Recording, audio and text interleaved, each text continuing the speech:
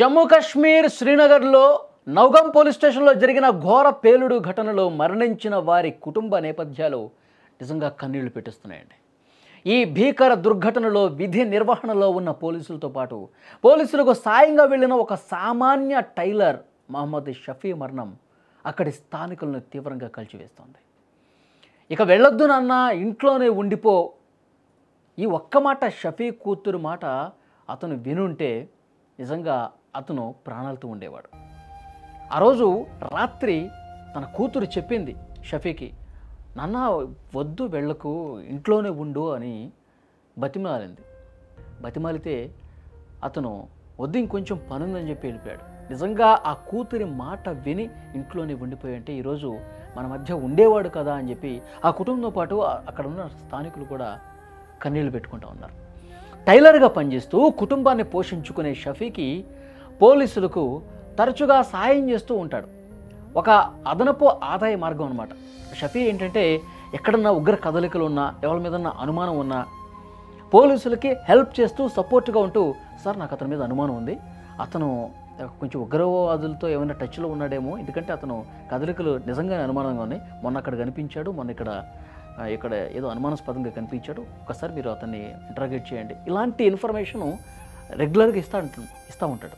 పోలీసులు కూడా ఒక నమ్మకమైనటువంటి వ్యక్తిని స్థానికుడిని పెట్టుకుంటారు.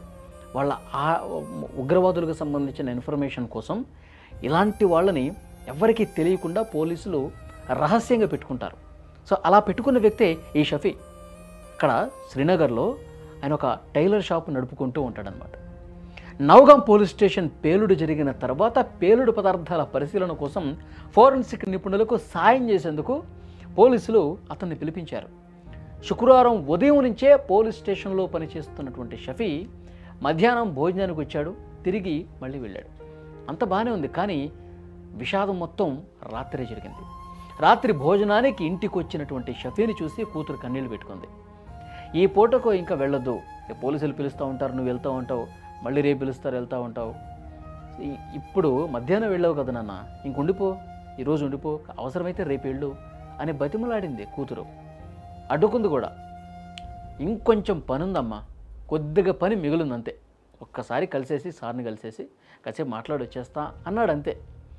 ఆ పని పూర్తి చేసుకొని వెంటనే వచ్చేస్తా అని చెప్పి వెళ్ళిపోయిన షఫీ అదే చివరి మాట అవుతుందని అతను కానీ ఆ కుటుంబాలు కానీ ఎవరు కూడా ఊహించల. షఫీ ఇంటి నుంచి బయలుదేరిన కాసేపటికే ఆ ప్రాంతాన్ని ఒక భారీ పేలుడు శబ్దం భయపెట్టింది. పోలీస్ స్టేషన్ మొత్తం కూడా తునాతునకలైపోయింది. ఈ సమాచారం తెలుసుకున్న కుటుంబం ఆందోళనగా ఘటనా స్థలానికి పరుగులు పెట్టారు. ఏం జరిగింది, అక్కడ ఏమైంది, ఉగ్రవాదులు ఏమైనా పోలీస్ స్టేషన్లు పేల్చేశారా, నా తండ్రి అక్కడే ఉన్నాడు, నా భర్త అక్కడే ఉన్నాడని చెప్పి ఆ భార్య కూతురు ఆగమేఘాల మీద వెంటనే ఆ సౌండ్ విని వెళ్ళినట్టు పరిస్థితుంది. అక్కడికి వెళ్ళి చూస్తే నిజంగా ఎంత బాధ అంటే మొత్తం బూడిద కుప్పేనండి, ఏమీ లేదు, పీసులు మొత్తం తగలబడిపోయి మొత్తం ఒక బూడిద మసి అదే మిగిలింది. ఆ బూడిదలో తన తండ్రి ఎక్కడున్నాడో తెలియక తన తండ్రి జాడ కోసం వెతుకుతూ ఆ కాలిపోతున్నటువంటి ఆ కట్టెల మాటున మొత్తం తునాతునకలైపోయినటువంటి ఆ ఇటుకల మాటున ఎక్కడైనా తన తండ్రి కనిపిస్తాడేమో అని చెప్పి ఆ కూతురు వెతుకుతా ఉంది. ఆ కుటుంబ సభ్యులు మొత్తం కూడా కన్నీళ్లు పెట్టుకుంటూ గుండెలు బాదుకుంటూ నాన్న ఎక్కడున్నా నాన్న అంటూ ఆ బూడిద మాటున వెతుకుతుంటే నిజంగా కళ్ళమ్మటి నీళ్ళు వచ్చినాయి. నా మాట విని నాన్న నువ్వు ఆగిపోయి ఉంటే ఈరోజు నా ముందు సజీవంగా బతికి ఉండేవాడు కదా అంటూ ఆ కూతురు గుండెల పగలేలా రోధించింది.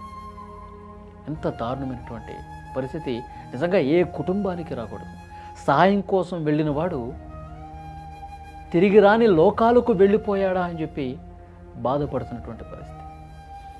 షఫీ అంతిమ యాత్ర ఆ కుటుంబమే కాదండి, అక్కడ ఉన్న స్థానికులందరినీ కూడా కంటతడి పెట్టించింది. ఈ భీకర పేలుడు ఘటనలో ప్రాణాలు కోల్పోయిన కుటుంబాలకు జమ్మూ కాశ్మీర్ ప్రభుత్వం అండగా నిలిచింది. మృతుల కుటుంబాలకు 10 లక్షల రూపాయలు పరిహారం ప్రకటించింది. ఈ ప్రమాదంలో గాయపడ్డ వాళ్ళకు కూడా ఆర్థిక సాయం చేసింది. కానీ ఎంత ఆర్థిక సాయం చేసినా కన్న తండ్రిని కోల్పోయిన ఆ కూతురు బాధ ఎవరు తీరుస్తారు? ఆ కూతురు తన తండ్రి మీద పెట్టుకున్నటువంటి ఆ ప్రేమ, ఆ నమ్మకం, ఆ ఆప్యాయత మళ్ళీ తిరిగి రావు కదా. తను గుర్తు చేసుకొని ఏడుస్తూ ఉంది.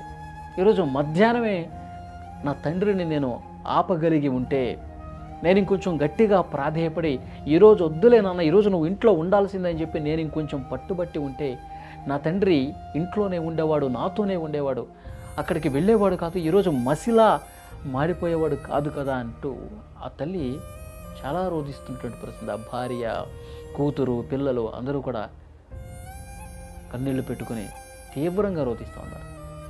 నిజంగా ఇప్పుడు ఆ పోలీస్ స్టేషన్లో పేలినవి ఉగ్రవాదులు పేల్చడం కోసం దాచుకున్నవి. ఫరీదాబాద్ ఒక ఇంట్లో 2,900 కిలోల అమోనియం నైట్రేటు వాళ్ళకి దొరికింది. వాటిని తీసుకుని ఆ పోలీస్ స్టేషన్లో, నౌగాం పోలీస్ స్టేషన్లోనే ఉంచారు. వాటిని ఇంకా ఇందులో ఏ పేలుడు పదార్థాలు ఉన్నాయని చెప్పి ఫోరెన్సిక్ నిపుణులు పరీక్షల కోసం శాంపిల్ తీసుకుంటూ ఉన్నారు. అదే సమయంలో ఉగ్రవాదులకు సంబంధించి ఇంకేమన్నా ఇన్ఫర్మేషన్ ఉందా? ఎందుకంటే ఢిల్లీలో భారీ పేలుడు జరిగింది అప్పటికే. ఇంకా ఈ ఈ ఈ ఉగ్ర కదలికలు ఇంకెక్కడన్నా గమనించావా? ఇంకెవరి మీద అనుమానం ఉందా? నీ చుట్టుపక్కల ఏమన్నా అబ్జర్వ్ చేసావా? ఈ డీటెయిల్స్ తీసుకుంటున్నటువంటి క్రమంలో ఒక్కసారిగా బ్లాస్ట్ అయిపోయేసరికి పోలీస్ స్టేషన్ నామరూపాలు లేకుండా పోయింది. ఆన్ ది స్పాట్ మొత్తం బుగ్ అయిపోయింది. 9 మంది స్పాట్లో చనిపోయినటువంటి పరిస్థితి. చాలా అంటే చాలా బాధాకరం. ఇలాంటి కుటుంబాలు ఎన్నో ఉన్నాయండి. మొన్న ఢిల్లీ పేలుళ్ళలో 13 మంది అమాయక ప్రజలు చనిపోయారు కదా. ఒక్కొక్క కుటుంబానిది ఒక్కొక్క దీన గాథ. ఒక్కొక్క కుటుంబం వెనకాల ఎంతటి విషాద కథ ఉంటుందో. తండ్రిని కోల్పోయి, కుమారుణ్ణి కోల్పోయి, భార్యాపిల్లల్ని కోల్పోయి ఇలా ఎంతోమంది ఉంటారు. నిజంగా ఉగ్రవాదం ఒక పెనుభూతంలా పట్టి పీడిస్తోంది భారతాన్ని. పాకిస్తాన్లో ఉంటూ వాళ్ళు పాకిస్తాన్ నుంచి కొన్ని హ్యాండ్లర్స్ నడిపిస్తున్నారు, టర్కీ నుంచి నడిపిస్తూ ఉన్నారు, సౌదీ నుంచి నడిపిస్తూ ఉన్నారు. ఇక్కడ ఉగ్రవాదుల్ని తయారు చేస్తూ ఉన్నారు. మామూలు ఉగ్రవాదుల్ని కాదు, టెక్నాలజీ మీద అవగాహన ఉన్నవాళ్ళని, కెమిస్ట్రీ మీద అవగాహన ఉన్నవాళ్ళని, రసాయన పదార్థాలు వాళ్ళంతటా వాళ్ళే విషాన్ని తయారు చేయగలిగే సామర్థ్యం ఉన్న చదువుకున్న వాళ్ళని, డాక్టర్స్ని ఉగ్రవాదం వైపు మళ్లించి ఈ విధంగా అమాయకుల ప్రాణాలు తీస్తారని చెప్పి ఎవ్వరు అనుకోలే. ఉగ్రవాదం రోజు రోజుకి తన రూపాన్ని మార్చుకుని ఇలాంటి బీభత్సమైనటువంటి పెను విషాదాలకు కారణమవుతున్న పరిస్థితి.